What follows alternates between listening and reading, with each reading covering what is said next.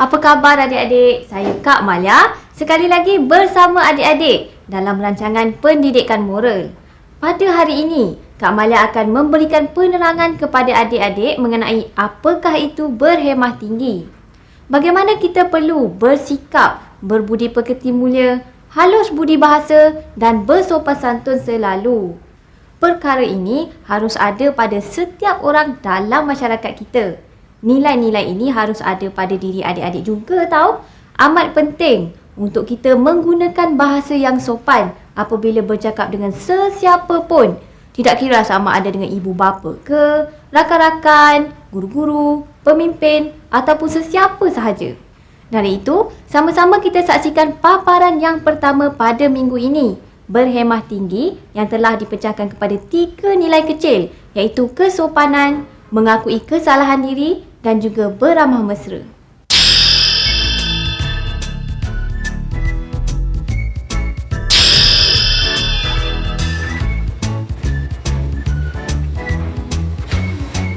Belajar rajin-rajin ya. Jangan nakal-nakal di sekolah. Dengar apa yang cikgu ajar tu. Yelah Bu, dia tak nakal. Lalu dengar cakap. Kalau adik tak tahulah. Mana ada? Abang ni memang lah. Tengok cakap dengan abang pun menengking Bu. Habis abang tu yang mengada-ngada kata orang macam-macam. Sudahlah tu. Adik-beradik mana boleh bergaduh. Patutnya sayang menyayang, tolong menolong. Ni pagi-pagi lagi dah nak bergaduh.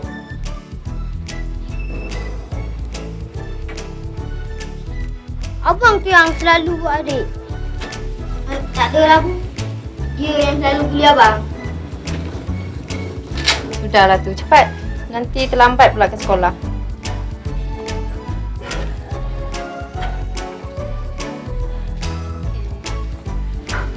Jalan baik-baik ya.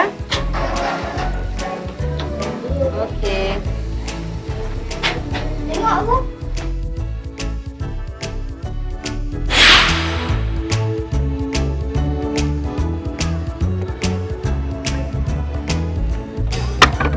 Apa ni Arif? Padan muka. Macam dah sakit, terkejut. Arif ni memanglah nak cek pasal dengan abang. Kan mak dah cakap adik-adik kan sayang menyayang. Ya ke? Tak dengar pun. Sudahlah. Gelah sakit. Gelah sakit. Tengok tu adik-adik. Begitu rupanya sikap Arif. Dia masih meneruskan sikapnya yang tidak bersopan itu. Apakah wajar tindakan Arif terhadap abangnya? Patutkah seorang adik bertindak demikian terhadap abangnya? Kasihan abangnya Azrin kan? Amat penting sebenarnya untuk kita menghormati orang-orang di sekeliling kita. Jika kita tahu menghormati dan bersopan selalu, kita pasti akan disayangi dan disenangi oleh semua orang. Bagaimana agaknya dengan Arif ini? Adakah dia akan terus bersikap demikian? Dan apakah tindakan yang akan diambil oleh Azrin terhadap adiknya itu? Mari sama-sama kita saksikan.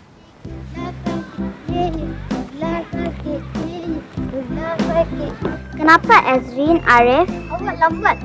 Cepat gorila sakit terkedut dalam botol. Gorila? Gorila sakit mana dia? Dialah gorila. Arif jangan aku raja dengan abang. Kenapa? Mentang-mentang lah dia abang. Semua tak boleh. Arif, tak elak awak bercakap begitu dengan abang awak. Sepatutnya awak mesti bersopan dengan orang yang lebih tua dan jangan sesekali mengejek orang tua. Betul apa? Sudah kan? Ganti dia lah. Memang susah nak nasihatkan budak si Arif ni.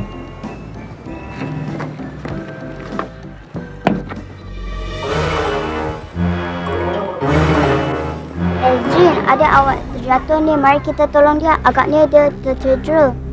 Pedulikan dia. Memang patut dia jatuh. Balasan dari Tuhan. Betul tu. Maka betul. Biar dirasakan. Bangun Arif. Awak cedera tak? Bang, tak ada sakit. Giliran pula menjadi anak gula sakit. Rasakan. Arif, lebih baik awak minta maaf dengan abang awak. Awak dah sakitkan hatinya dengan bercakap secara yang tidak sopan. Abang, saya minta maaf sebab sakitkan hati abang tadi. Arif dah menyesal sekarang. Maafkan Arif, bang. Itulah Arif, kita tidak boleh bercakap sesuka hati dengan orang lain. Cakap biar bersopan selalu dan jangan sakitkan hati orang. Belikan dia lah. Jom kita sekolah, nanti lambat kena pungut sama. Jom lah.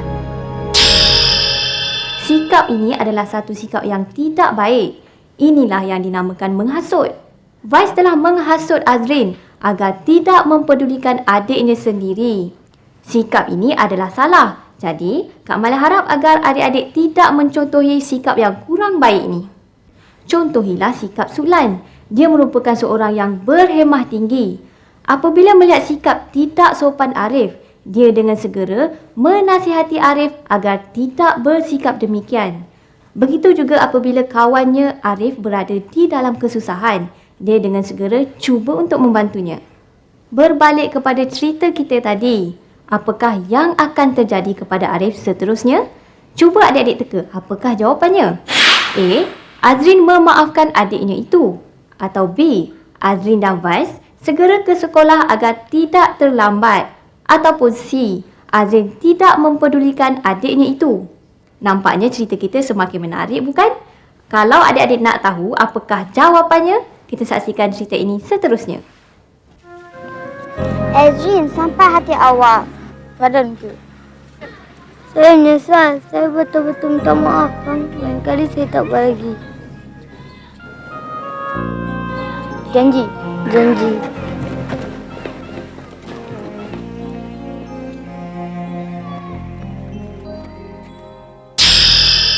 Begitulah adik-adik. Nampaknya Azrin telah membuat keputusan yang betul dan bijak. Dalam kehidupan seharian, kita haruslah saling maaf bermaafan antara satu sama lain. Barulah kita dapat hidup dalam keadaan yang tenang dan harmoni. Adik-beradik perlu sayang menyayangi, hormat menghormati dan amalkan sikap bersopan sepanjang masa. Sifat-sifat ini harus adik-adik amalkan dalam kehidupan seharian. Baiklah adik-adik, objektif daripada sketsa itu tadi adalah untuk menjadikan adik-adik seorang yang berhemah tinggi. Kita perlu mengakui kesalahan diri dan cuba untuk memperbaikinya. Kita juga perlu sentiasa bersopan santun dan beramah mesra selalu. Baiklah, apa kata kita saksikan kisah yang seterusnya, iaitu mengakui kesalahan diri. Mari sama-sama kita saksikan.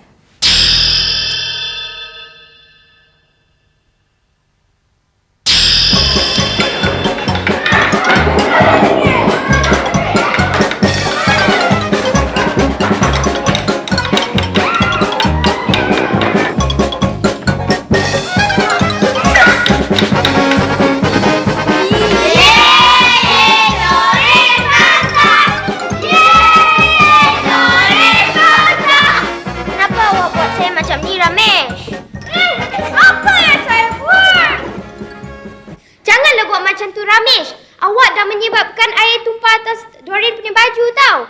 Baik awak minta maaf. Minta maaf? Apa yang saya ada buat ni? Ish adik-adik, itu adalah sikap yang tidak baik. Kita perlu sedia mengakui kesilapan dan kelemahan diri serta sedia untuk menerima nasihat. Nampaknya Ramesh dengan sengaja telah mempersenda-sendakan Doreen. Dia telah bergurau dengan cara yang tidak sepatutnya terhadap kawannya itu. Kasihan Doreen kan, habis basah bajunya. Adik-adik jangan sesekali berbuat begitu. Dan Ramesh sepatutnya meminta maaf kepada Doreen. Tetapi, adakah Ramesh akan berbuat demikian? Mari sama-sama kita saksikan. Hei, kamu ada nampak tak saya buat? Ada. Habis dah. Kita pergi main.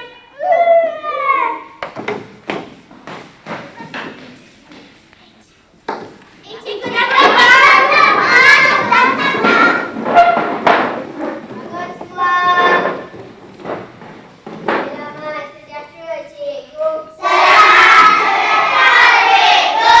Selamat sejahtera, cikgu.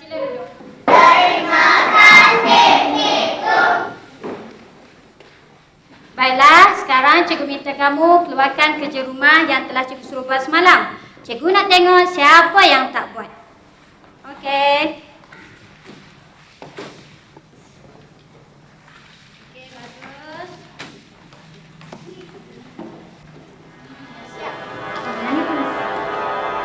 Weh, aku tak buat kerja rumah aku lah.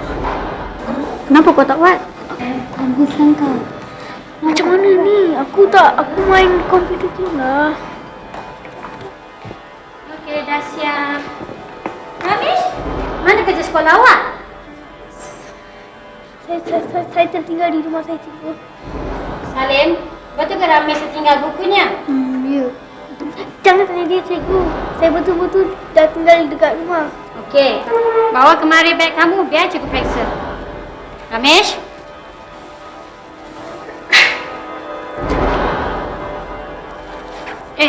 Ini kan buku matematik. Ini apa? Kamu nak berbohong pada cikgu ya? Kamu tak buat. Tengok, kamu tak buat pun. Sekali lagi Ramesh berbohong dan tidak mengakui kesalahan diri. Sungguh tidak patut Ramesh bersikap begini. Berani pula dia berbohong kepada gurunya. Agaknya adik-adik di luar sana pernah ke bersikap seperti Ramesh? Mereka-reka alasan tertinggal buku latihan. Walhal sebenarnya adik-adik tidak menyiapkan kerja sekolah kerana leka bermain permainan video. Sungguh tidak patut sikap ini. Sekarang kita lihat sampai bilakah Ramesh akan bersikap tidak mengakui kesalahan diri dan sampai bilakah kesalahan-kesalahan Ramesh akan terbongkar. Mari sama-sama kita saksikan. Cikgu, Ya saya. tadi Ramesh telah mengotorkan baju Doreen dan dia berbohong kata dia tak buat. Doreen, betul ke Ramesh telah mutahkan baju awak? Dia buat, cikgu. Cikgu, dia tipu. Saya tak buat. Tengok tu adik-adik. Nampaknya Ramesh masih lagi belum insaf dan berani berbohong. Amat tidak wajar sekali sikap ini. Apakah tindakan yang akan diambil oleh cikgunya? Cuba adik-adik pilih jawapan ini. A. Cikgu mempercayai cerita Ramesh. Atau B. Cikgu meneruskan pembelajaran kerana tidak mahu membuang masa. Ataupun C. Cikgu mencari bukti dan membetulkan kesilapan Ramesh. Agak malah tahu apakah jawapan yang ada dalam fikiran adik-adik. Apapun, kita saksikan cerita ini seterusnya. Doreen, mari ke sini. Biar cikgu periksa pakaian awak. Ramesh, tengok ni ada bukti menunjukkan baju Doreen basah. Kamu masih lagi tidak mahu mengaku. Okey, duduk Doreen. Ramesh, hari ini kamu telah melakukan 3 kesalahan. Kamu buat apa? Pertama, kamu telah mengotorkan baju Doreen dan tak mahu mengaku kesalahan tersebut. Kedua, kamu tak buat kerja rumah dan berbohong pada cikgu mengatakan buku kamu tak bawa. Sedangkan ada. Sekarang, cikgu nak kamu minta maaf pada Doreen. Doreen? Minta maaf. Minta maaf, Doreen. Saya tak sengaja. Saya hanya bergurau-gurau sahaja. Tak apalah, Ramesh. Okey, bagus. Ramesh, walaupun awak telah menyesal, tapi cikgu mahu kamu siapkan kerja sekolah sebelum balik nanti mesti hantar pada cikgu. Faham atau tidak? Okey, bagus. Okey, kelas, sekarang kita akan mulakan pembelajaran kita pada hari ini. Okey, topik kita ialah operasi apa? Campur. Campur semalam kita dah buat. Sekarang kita masuk ke Begitulah adik-adik. Sepandai-pandai tupai melompat, akhirnya jatuh ke tanah juga. Ramesh akhirnya telah tertangkap. Segala rahsianya telah terbongkar. Ramesh tidak mempunyai alasan lagi untuk direka. Dia terpaksa akur dengan kesalahan-kesalahan yang telah dilakukan. Akhirnya Ramesh mengakui kesalahan dirinya dan cuba untuk memperbaikinya. Dia juga telah meminta maaf kepada Doreen. Itulah yang terbaik. Kak Mala harap adik-adik juga begitu. Sekiranya adik-adik telah berbuat salah, tidak kiralah sama ada dengan adik-beradik ke, ibu bapa atau sesiapa sahaja, adik-adik perlu mengakui kesalahan diri dan segera meminta maaf. Barulah adik-adik dapat hidup dalam keadaan yang harmoni. Seperti kisah Ramesh yang kita baru tonton sebentar tadi. Dan sekarang, apa kata kita saksikan nilai moral yang seterusnya, iaitu ramah mesra. Mari sama-sama kita saksikan.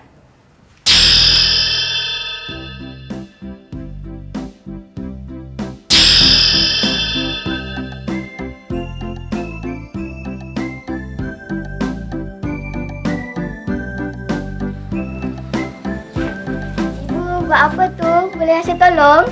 Terima kasih rajinnya anak ibu. Kalau macam tu, tolong siramkan pokok di sebelah sana tu ya. Baiklah, Bu.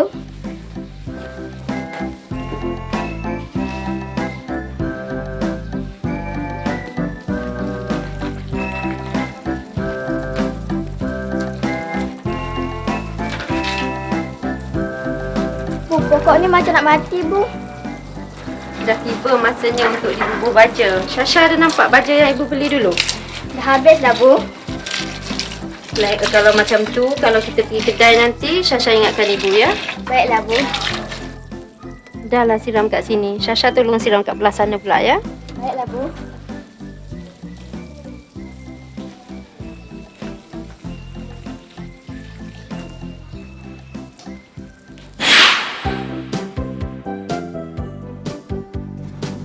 Cantik kawasan perumahan ini. Yalah, rumah-rumahnya bersih. Pria tentu suka tempat ini nanti kan? Tak mungkin Pria tak nak pindah. Kan Pria tahu papa kita dah tukar tempat kerja. Jadi kita mesti ikut sama.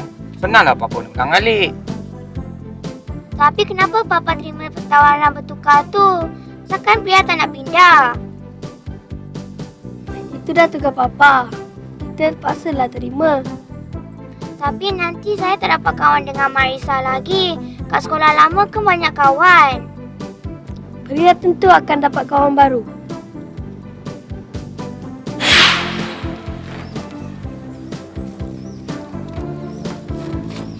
Syasha, Ya, Bu? semalam ibu ada jumpa tuan rumah sebelah tu. Dia kata rumahnya dah ada penyewa. Nanti seronoklah Syasha dapat jiran baru. Seronok juga kan, Bu? Dapatlah Syasha kawan baru kalau mereka ada anak perempuan.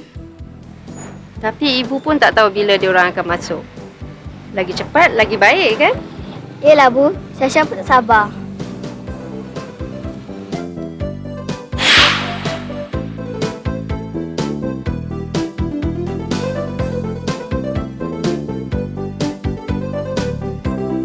Abang, betul ke lorong ni? Tengok tu. Jalan Taman Melati 3. Kita dah sesat agaknya. Alah, apa nak risau? Nanti kalau kita nampak kotak-kotak kat luar tu, maknanya itulah rumah baru kita. Biarlah kita sesat. Tak jumpa rumah pun tak apa. Biar nak balik rumah lama. Pria, abang ada sesuatu untuk Pria nanti. Pasti Pria suka.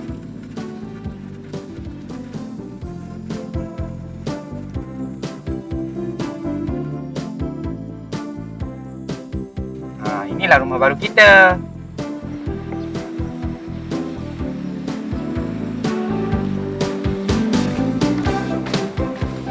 Bu, pokok ni banyak rumput lah, Bu. Kalau macam tu, tolong cabutkan. Baiklah, Bu. Ada kereta tu. Mungkin jiran baru kita agaknya. Yelah, Bu. Saya nak tengok mereka ada anak yang sebaya dengan saya ke tak. Kalau macam tu, baik kita berkenalan dengan mereka ya. Baiklah, Bu.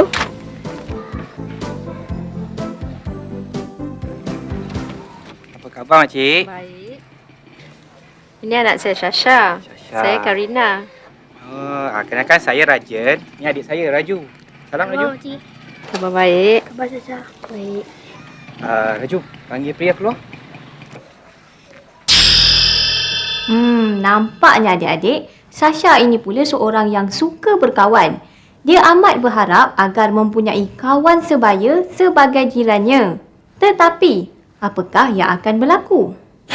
A. Pria gembira berkenalan dengan Syasha. Atau B. Syasha malu untuk berkenalan dengan Pria. Ataupun C. Pria langsung tidak mempedulikan Syasha. Apakah yang akan terjadi seterusnya? Kak Mala sendiri pun nak tahu. Jadi, apa kata kita saksikan kemunculan jiran baru yang begitu dinantikan oleh Sasha dan ibunya. Mari sama-sama kita saksikan. Ya, keluarlah mari kita berkenalan dengan jiran baru. Anaknya sebayang awak tau.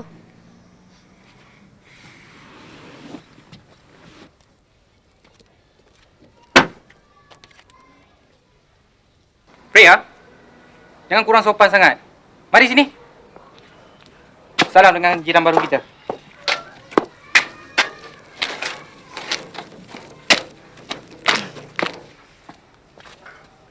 Priya.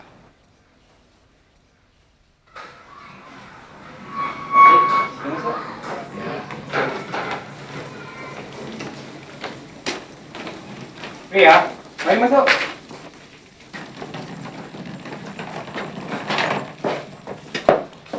Rajan, di mana mak dan bapa awak? Makcik tak nampak pun. Papa dengan Mama kejap lagi sampai. Diorang ikut dengan lori sekali. Mestilah banyak barang-barang tu ya. Banyak juga. Sasha tahun berapa sekarang? Tahun 3 abang. Sekolah kat mana? Sri Bintang Selatan. Baguslah tu. Priya pun akan tukar sekolah di sana nanti. Seronoknya. Apa yang sangat-sangat? Priya, kan seronok tu. Ada kawan baru. Bolehlah Sasha pergi sekolah dengan Priya nanti ya.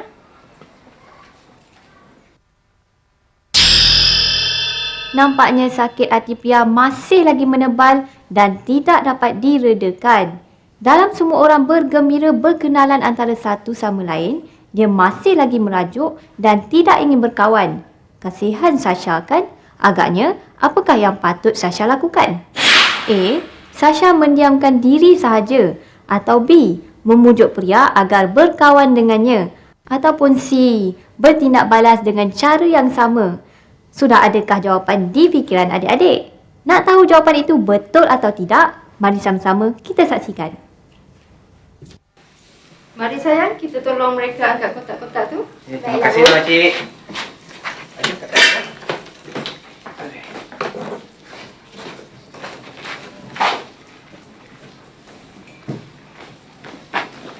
Ada bekas ikan lah. Bang, ada ikan ke? Ada kat dalam tu. Tapi tengoklah Priya. Abang belikan untuk Priya tadi. Tengok sekarang. Macam tak seronok je. Macam ni lah. Sasha pergi ambil kat dalam. Tinggal kat kotak di situ. Ada kat belakang tu tadi. Tengok ya.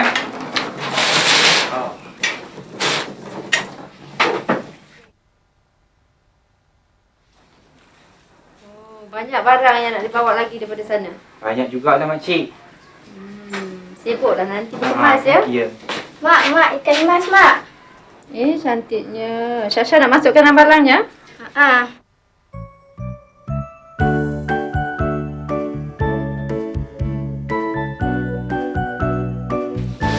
Apalah, biar Priya masukkan.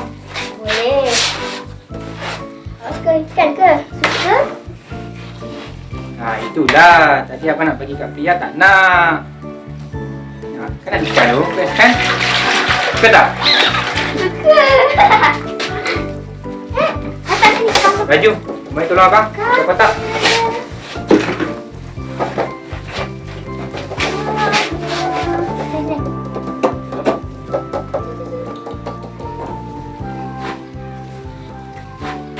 Di tempat lama awak, ramai kawan ke?